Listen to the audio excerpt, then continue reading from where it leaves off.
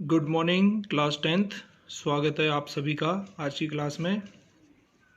प्यारे बच्चों, पिछली क्लास में हमने सीखा था कि किस प्रकार से हम किसी बहुपद के शून्य ज्ञात करते हैं और हमने यह देखा कि जो एक घात वाला बहुपद होता है उसके एक शून्य प्राप्त होते हैं और द्विघात जो बहुपद है उसके दो शून्य प्राप्त होंगे, तीन घात वाले बहुपद के तीन शून्य प्राप्त होंगे। तो आज हम सीखेंगे कि हम किस प्रकार जो दो घात वाला हमारा बहुपद है उसके हम शून्य ज्ञात कर सकते हैं। तो उसके लिए मैंने बताया था कि हम गुणनखंड विधि का प्रयोग करेंगे, इसको सीखेंगे। तो प्यारे बच्चों, आज हम प्रयास करते हैं गुणनखंड विधि के द्वारा बहुपद के शून्य ज्ञात करने का। कोई भी हमारा जो द्विघात बहुपद होता है उसका जो व्यापक रूप होता है, व्यापक रूप का मतलब है कि द्विघात जो बहुपद है वो इस प्रकार से हमें दिखाई देगा: a x square b x plus c. A b c, जहां ये ए बी सी क्या होंगी? ए बी सी अचर राशियां, यानी कोई संख्याएं होंगी, अचर राशियां। और एक्स स्क्वायर ये चर राशि। अब देखिए, कोई जरूरी नहीं कि ये एक्स के रूप का ही हो सकता है चर राशि एक्स की जगह पर वाई हो सकती है, जेड हो सकता है, टी हो सकता है, कुछ भी। यहां पर जो चर राशि है उसकी जगह पर कुछ भी हो सकता है। और जो अचर राशि है वो हमें दिखाई देगी गिनती के रूप में। एक देखिए उदाहरण हमने लिखा है यहां पर, 2x square plus 7x plus 5। देखो, हम इससे इसकी कंपेरिजन करें तो हम देख रहे हैं एक्स स्क्वायर ये ठीक है, एक्स इसमें चर राशि है। अचर जो है देखिए, ए की जगह पर यहाँ 2 है, बी की जगह पर 7 है और सी की जगह पर 5 है। अब हम प्रयास करते हैं इसके किस प्रकार से गुणनखंड किए जाए। गुणनखंड विधि का प्रयोग करेंगे और शून्य ज्ञात करेंगे। तो सबसे पहले हम इसके गुणनखंड करते हैं। तो गुणनखंड करने का ये तरीका देखिए, कक्षा 9 में भी हमने इस तरीके का प्रयोग करके प्रश्न किए थे। उसमें देखिए हम क्या करते हैं, जैसे हमारे पास एक द्विघात बहुपद है, हम क्या करते हैं उसमें हम दो ऐसी संख्याएं ढूंढते हैं। हम क्या करते हैं, सबसे पहले इसका जो ए है यानी एक्स स्क्वायर का जो गुणांक है और जो अचर पद है उसको गुणा करके लिख देते हैं। 5 की अगर हम 2 में गुणा करेंगे कितना आएगा? 10 आएगा। और जो बी है यानी बीच वाला जो पद है वो 7 है। अब देखिए, हम दो ऐसी संख्याएं ढूंढते हैं जिनको गुणा करके 10 प्राप्त हो और जोड़ के या घटा के 7 प्राप्त हो। तो दो ऐसी संख्याएं क्या हो सकती हैं, आप सोचिए इसको। ऐसी दो संख्याएं हैं 5 और 2। देखिए, 5 में यदि हम 2 को जोड़ेंगे 7 प्राप्त होगा और 5 को 2 से गुणा करेंगे तो हमको 10 प्राप्त हो जाएगा। तो कहने का मतलब जो ये 7 है, इस 7 की जगह पर हम 5 धन 2 रख के इसके गुणनखंड करने का प्रयास करेंगे। तो कैसे करते हैं, देखिए 2x स्क्वायर प्लस इस 7 की जगह पर हमने लिखा 5 धन 2, x अपनी जगह पर आया, 5 अपनी जगह पर आया, अंदर गुणा कर लेते हैं। 2x square plus 5x plus 2x plus 5। अब देखिए हम क्या करते हैं, पहले इन दोनों में कॉमन लेते हैं और इन दोनों में कॉमन लेते हैं।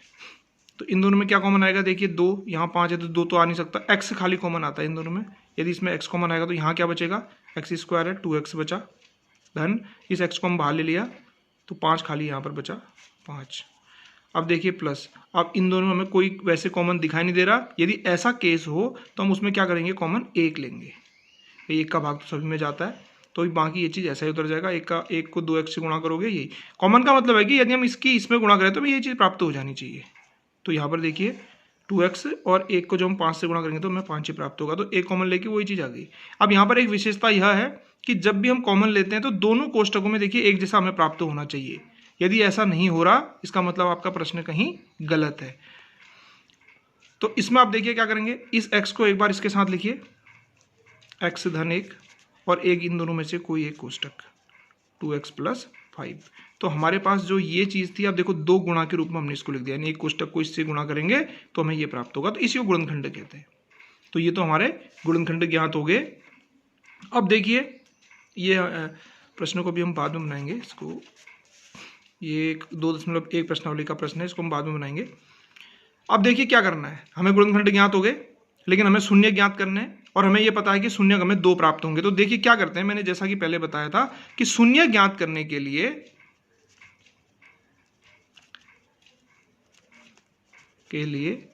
हम क्या करते हैं, जो हमें बहुपद है प्राप्त है उसको हम बराबर जीरो रखते हैं। अब यहाँ पर हम क्या करेंगे, ये जो हमें इसके गुणनखंड के रूप में प्राप्त हुआ है बहुपद, ये जो है इसको हम बराबर जीरो करके एक समीकरण बना लेंगे। तो उसके बाद देखिए अब यहाँ पर क्या है, इसको और इसको गुणा करके जीरो आ रहा है। इसका मतलब दो संख्याओं को गुणा करके जीरो तब आता है जब या तो पहली संख्या जीरो हो या दूसरी संख्या जीरो हो। तो अब हम क्या करेंगे, यदि x धन 1 बराबर जीरो, हमने कहा कि पहले वाला माना जीरो है, तब क्या आएगा x का मान, तब हमें x का मान प्राप्त होगा, ये 1 उधर जाएगा तो ऋण का 1 प्राप्त होगा। दूसरा केस, यदि दूसरा वाला कोष्टक वाला जीरो है, ये बराबर जीरो, तो अब देखिए x 2x बराबर ये 5 वहाँ जाएगा, ऋण का 5 हो गया, हमें x का मान चाहिए, x का मान -5/2 प्राप्त हुआ। तो हम यहाँ पर देखते हैं कि हमें x के दो मान प्राप्त हुए, पहला मान तो प्राप्त हुआ ऋण 1 और दूसरा मान प्राप्त हुआ ऋण 5/2। तो ये दो मान हमें जो प्राप्त हुए, ये दो मान ही इस बहुपद के, किस बहुपद के, ये जो 2x धन 7x + 5 है, इसके दो शून्यक होंगे। अतः लिख देंगे, अतः बहुपद 2x² + 7x + 5 के दो शून्यक -1 तथा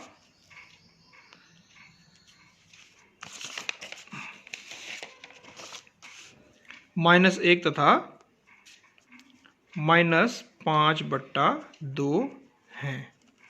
इसका अर्थ यह हुआ कि यदि हम इस समीकरण में x की जगह पर -1 रखेंगे तो भी इसका मान जीरो आ जाएगा, भाई शून्य की परिभाषा यही तो है। और इस x की जगह पर यदि हम -5/2 रखें तब भी इस पूरे का मान जीरो आ जाएगा। आप करके इसको देख भी सकते हैं। तो ये बहुपद के शून्यक है। तो ये गुणनखंड विधि द्वारा सबसे पहले हम क्या करते हैं, उसके गुणनखंड करते हैं इस तरह से। उन गुणनखंडों को करने के बाद शून्य ज्ञात करने के लिए हम क्या करते हैं, उस गुणनखंड को बराबर जीरो के रखा, फिर पहला मान जीरो लिया तो एक मान वहां से प्राप्त हो गया, दूसरा मान जीरो लिया तो x का दूसरा मान प्राप्त हो गया। और हम जानते हैं कि किसी भी द्विघात बहुपद के दो शून्यक प्राप्त होते हैं। तो ये एक तरीका है।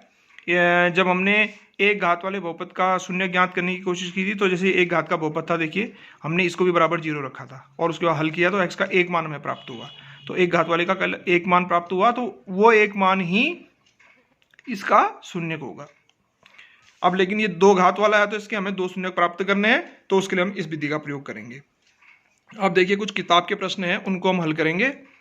और उसमें अभी एक चीज और है, इसमें बहुपद के गुणांकों का भी इसके शून्यकों से संबंध होता है, वो भी हम उसके बारे में चर्चा करेंगे। पहले आप इसका अभ्यास कीजिए। किताब में कुछ प्रश्न हैं आपके बहुपद ज्ञात करने के, उनको कीजिए। एक प्रश्न अभी और हम करते हैं, चलिए।